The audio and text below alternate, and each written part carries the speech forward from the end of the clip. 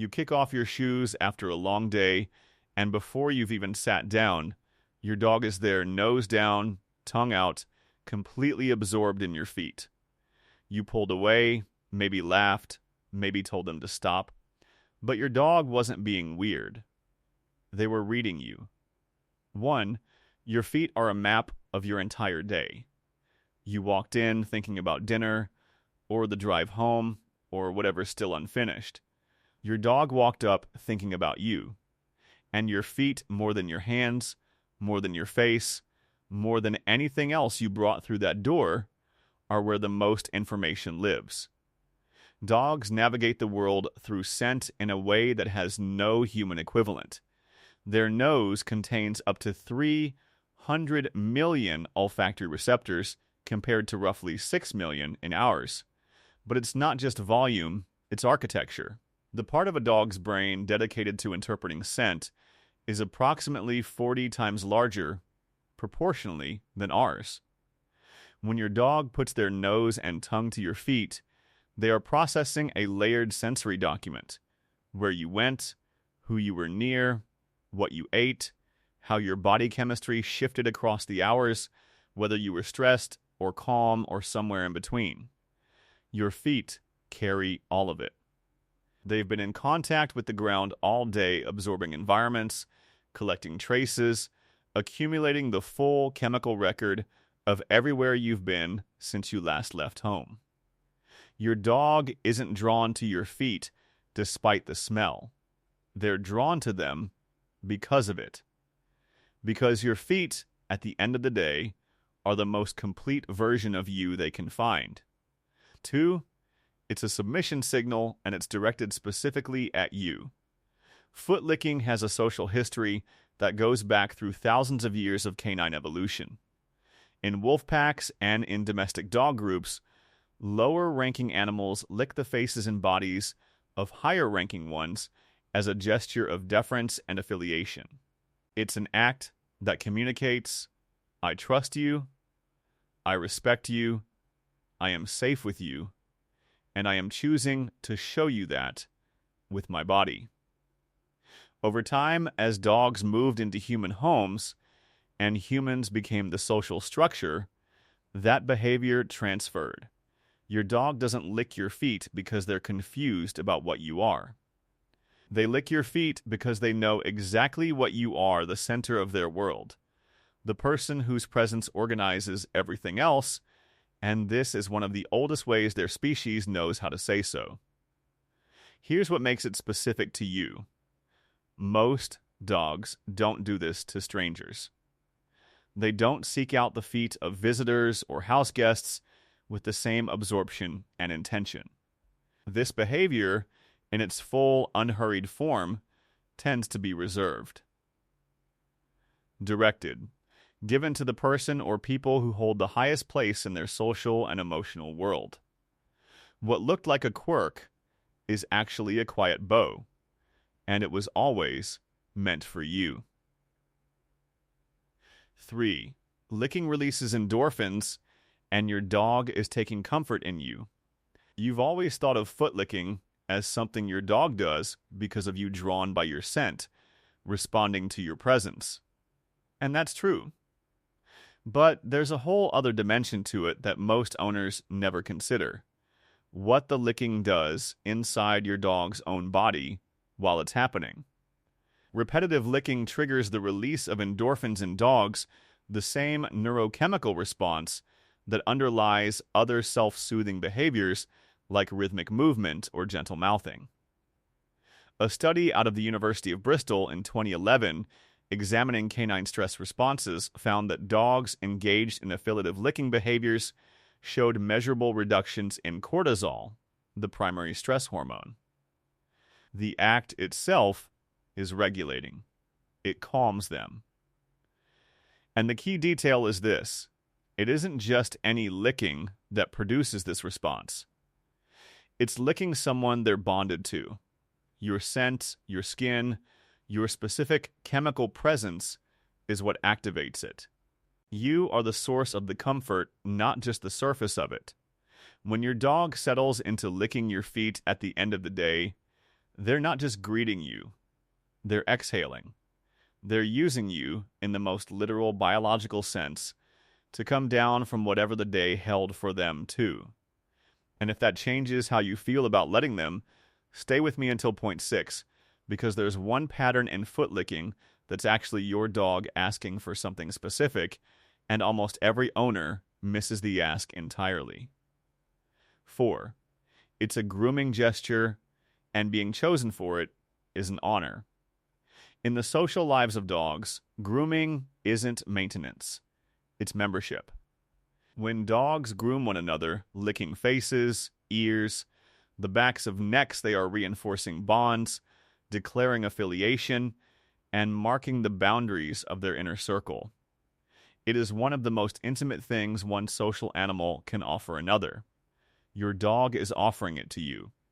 When they lick your feet, they are not making a distinction between you and the members of their own species they would groom.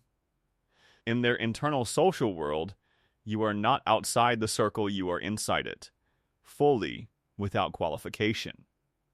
They have extended to you the same gesture they would extend to the dog they sleep beside or the companion they've known since puppyhood. The practical shift here is simple. Instead of redirecting it every time out of habit, try occasionally receiving it. Not indefinitely, not if it becomes compulsive, but sometimes let your dog finish what they started. Let them groom you. Let yourself be claimed. Because that's what it is. Not a dog doing something strange. A dog doing something ancient, deliberate, and deeply kind, and choosing to do it to you. 5.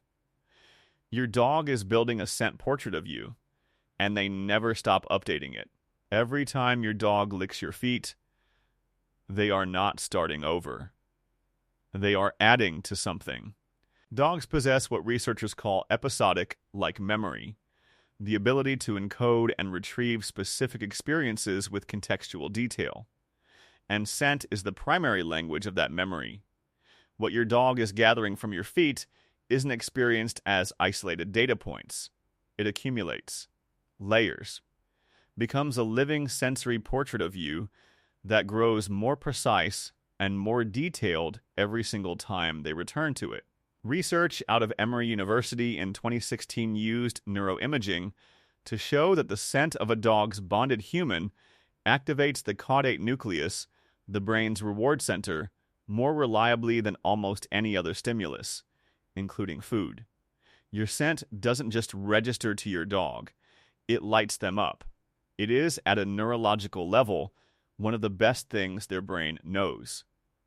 And your feet, with their dense concentration of sweat glands and skin cells and the layered residue of your day, are one of the richest sources of that scent your dog can access.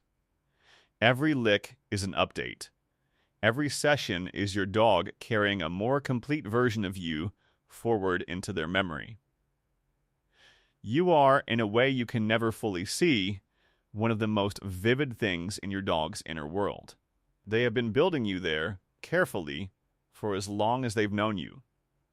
If this is the kind of knowing that changes how you move through your days with your dog, consider subscribing. This is what this channel is here for, not tricks, not training hacks, just the real interior life of the dog already living beside you. 6. Sometimes foot licking is a request and your dog is waiting for you to hear it. This is what most owners miss. There's a version of foot licking that isn't about greeting or comfort or grooming. It's more urgent than that. It's more pointed. And the difference is in the pattern, not the occasional soft licking that settles into stillness, but the persistent, returning, won't quite stop licking that keeps finding your feet no matter how many times you shift away. That version is a sentence. And the sentence is, something is off. It might be that your dog hasn't had enough movement that day. It might be that the house has been too quiet, too long. It might be that they're carrying low-grade anxiety about something that shifted in the environment, a change in routine, a new stress they've detected in you, a need that hasn't been named yet. Dogs who are understimulated, underconnected, or mildly anxious frequently redirect that energy into repetitive licking of the person they're most bonded to. The shift this asks of you isn't complicated. When the licking feels insistent, when it keeps returning, when it follows you, pause before you redirect. Ask the question out loud if you need to. What do you need right now? Then watch what your dog does next. Because they've been trying to tell you in the only language they have, and the ask has been in the licking all along. 7. The dog who was taught to stop. Here's the one that quietly lands differently the more you sit with it. Most owners at some point redirect the foot licking. A gentle push away, a sharp sound, a consistent no until the behavior fades. And it works, the dog learns, and stops, which feels like a solved problem. But consider what was solved. Your dog had a behavior that was instinctive, affiliative, self-soothing, and specifically directed at you. A behavior that said, I want to be close to you, I find safety in you, I am offering you something from the oldest part of who I am. And the lesson they received, quietly and without your meaning it that way, was that particular reaching doesn't land here. Dogs are extraordinarily adaptive. They find other ways. They adjust. They don't stop loving you because one avenue of expressing it was gently closed. But it's worth knowing what the avenue was before you close it. It's worth understanding what you're receiving before you decide whether to receive it. You don't have to let your dog lick your feet forever, every time, without limit. But knowing what it means changes the choice. And making the choice from understanding is entirely different from making it from reflex. Your dog has always been fluent in a language you didn't know you were speaking.